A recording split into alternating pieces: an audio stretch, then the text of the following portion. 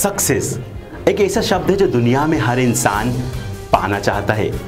नमस्कार दोस्तों, मैं हूं विनोद साहू और स्वागत है हमारे शो वी फॉर इनोवेटिव में। सक्सेसफुल होने के लिए सबसे जरूरी है मेहनत। मेहनत हर इंसान अपनी जिंदगी में करता है, लेकिन जब मेहनत, जुनून और एक नए आइडिया के साथ आगे चलती है तब कुछ ऐसा देखने को मिलता है जो दुनिया को हैरान कर देता है। इस लिस्ट में एक नाम आता है पेपल, स्पेसएक्स और टेस्ला मोटर्स जैसी बड़ी कंपनियों के फाउंडर एलन मस्क का, जिनकी जिंदगी युवाओं के लिए मार्गदर्शक और प्रेरणादायक है। दोस्तों, इतना तो आप समझ ही गए होंगे कि आज के इस वीडियो में मैं एलन मस्क के बारे में बात करने वाला हूं। तो इस वीडियो में आगे बढ़ने से पहले हमारे चैनल को सब्सक्राइब करना बिल्कुल ना भूलें और बेल आइकन जरूर प्रेस करें। एलन मस्क एक ऐसा नाम है जो जुनून, कड़ी मेहनत और कामयाबी के सिंबल है। एलन मस्क का जन्म 28 जून 1971 को दक्षिण अफ्रीका के प्रिटोरिया में हुआ था। वह तीनों बच्चों में सबसे बड़े थे। उनके पिता एरोल मस्क एक ब्रिटिश मूल के दक्षिण अमेरिकी थे जो प्रोफेशन से एक इंजीनियर थे। मस्क ने अपना बचपन दक्षिण अफ्रीका में बिताया और 9 साल की उम्र में उन्हें अपना पहला पर्सनल कंप्यूटर मिला। इससे एलन को प्रोग्रामिंग में दिलचस्पी मिली और उन्होंने इसे खुद सीखना शुरू कर दिया।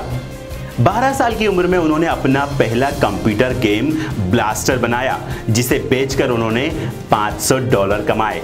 जिस तरह हर सक्सेसफुल इंसान की जिंदगी में कुछ ऐसी घटनाएं घटती हैं जो फ्यूचर में उनके लिए मील का पत्थर साबित होती हैं, ऐसी ही कुछ घटनाएं एलन मस्क के जीवन में भी घटी, जिसके बाद उन्हें सफलता की दिशा प्राप्त हुई। सबसे पहले घटना थी 17 वर्ष की उम्र में उनका घर छोड़ने का डिसीजन। प्रिटोरिया के एक सेकेंडरी स्कूल से ग्रेजुएट होने के बाद उन्होंने अपने माता पिता के सपोर्ट के बिना अपना घर छोड़ने का फैसला किया और संयुक्त राज्य अमेरिका में जाने का फैसला किया। हालांकि वह तुरंत संयुक्त राज्य अमेरिका में नहीं जा सके। 1989 में एलन मस्क अपनी मां के रिश्तेदारों के पास कनाडा में चले गए। कनाडा की सिटीजनशिप मिलने के बाद एलन मॉन्ट्रियल गए। पैसों की कमी के कारण उन्होंने कम सैलरी पर काम करना शुरू कर दिया। 19 साल की उम्र में उन्होंने किंगस्टन, ओंटारियो में क्वींस यूनिवर्सिटी में प्रवेश किया। एलन मस्क ने 2 साल ओंटारियो में पढ़ाई की और फिर अंत में उनका सपना सच हो गया। 1992 में वह संयुक्त राज्य अमेरिका में मूव हो गए। उसके बाद एक समय ऐसा भी आया जब एलन मस्क ने अपने टीनेज में डिप्रेशन से जूझना शुरू कर दिया। तब उन्होंने दार्शनिक और धार्मिक साहित्य को सक्रिय रूप से समझना शुरू कर दिया। लेकिन सबसे मूल्यवान सबक उन्होंने the hitchhiker guide to the galaxy से सीखा। मस्क ने सीखा कि सबसे मुश्किल चीज सही सवालों के साथ अपने आप को पेश करती है, और जिस दिन उन्होंने ऐसा करना शुरू किया बाकी सब उन्हें आसानी से मिल गया। जब वो कॉलेज में थे तो कहते थे कि मैं उन चीजों में शामिल होना चाहता था जो दुनिया को बदल सके। 1995 में एलन मस्क ने अपने जीवन का दूसरा और सबसे इंपॉर्टेंट डिसीजन लिया।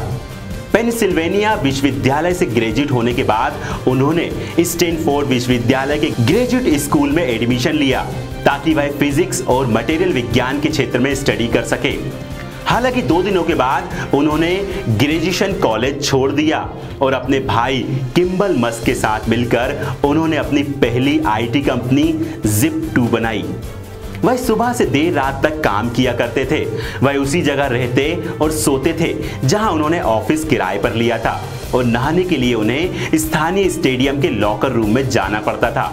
इससे उन्होंने बचत जमा की और कंपनी को पहले 2 शुरुआती कठिन वर्षों में टिकाए रखा। उस समय इंटरनेट में तेजी से विकास हो रहा था। 1999 में सबसे बड़े सर्च इंजन अल्टा विस्टा ने Zip2 को $307 मिलियन में खरीद लिया। यह सौदा एक कंपनी को नकदी में बेचने का एक रिकॉर्ड बन गया। 1999 में मस्क ने इलेक्ट्रॉनिक पेमेंट सिस्टम पर काम करना शुरू किया। X.com स्टार्टअप उनका नया कारोबार बन गया। मार्च 2000 में X.com के एक राइवल कंपनी कॉन्फिनिटी के साथ विलय कर दिया, जो पीटर थियल और मैक्स लेचिन द्वारा चलाई गई थी। 2001 में विलय के बाद x.com का नाम बदलकर पेपल रखा गया और एलन मस्क को पेपल के अध्यक्ष और मुख्य कार्यकारी अधिकारी बना दिया गया। पेपल के बाद मस्क का अगला पड़ाव अंतरिक्ष था। हालांकि इन सब के लिए उनके पास फॉर्मल एजुकेशन नहीं थी, लेकिन अपनी लगातार और मेहनत के जरिए उन्होंने इसका ज्ञान प्राप्त करना शुरू कर दिया। मस्क ने अपनी तीसरी company space exploration technology corporation का निर्माण किया, यानी कि स्पेस एक्स की स्थापना की, जिसमें उनका टारगेट कमर्शियल स्पेस ट्रेवल के लिए अंतरिक्ष यान का निर्माण करना था और मंगल ग्रह पर मानव बस्ती की स्थापना करना था। मस्क ने रशियन फेडरेशन के साथ इसके बारे में चर्चा की, लेकिन यहाँ बात नहीं बन पाई। इसके बाद मस्क अपने रेउसबले लॉन्च व्हीकल्स और स्पेसशिप्स के आइडिया के साथ दुनिया के सामने आए। उन्होंने अपने खुद के रॉकेट का डिजाइन और निर्माण करना शुरू कर दिया। उनका मुख्य लक्ष्य था कि कम लागत में न सिर्फ रॉकेट को ऑर्बिट में पहुंचाया जाए, बल्कि उसका रीयूज भी किया जा सके। 2006 से 2008 के बीच उनके पहले 3 उड़ान के प्रयास विफल रहे। एलन मस्क 2004 में इस प्रोजेक्ट में आए और उन्होंने इस प्रोजेक्ट में $70 मिलियन का निवेश किया। उन्हें बोर्ड ऑफ डायरेक्टर का चेयरमैन बनाया गया। एलन मस्क ने अपनी पहली इलेक्ट्रिक कार को डिजाइन करने में अहम योगदान दिया, जो ब्रिटिश लोटस एलिस पर आधारित टेस्ला रोडस्टर स्पोर्ट्स कार थी।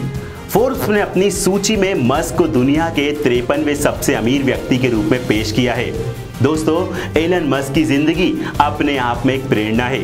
उन्होंने उस क्षेत्र में अपना परचम लहराया जिसकी उनके पास फॉर्मल लर्निंग नहीं थी, लेकिन अपनी इच्छा शक्ति और लगन से किताबें पढ़कर उन्होंने अपने ज्ञान के स्तर को उन सीमाओं तक पहुंचाया जिसकी कल्पना भी मुश्किल है।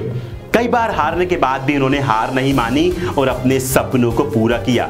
इस कहानी से ये समझ आता है कि चाहे कितनी भी मुश्किलें क्यों ना आए, हमें हमेशा डटकर खड़े रहना चाहिए और कभी हार नहीं मानना चाहिए।